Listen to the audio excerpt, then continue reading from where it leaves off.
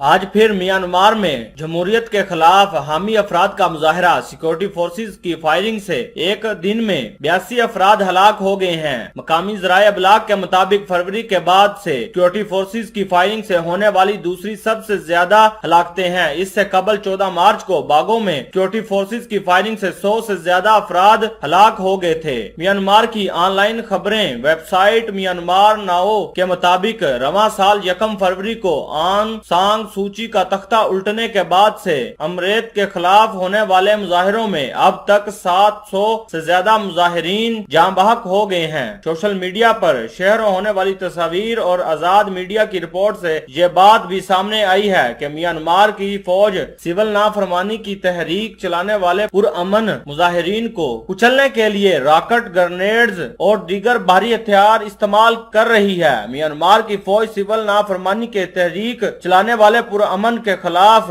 بھاری ہتھیار استعمال کر رہی ہے۔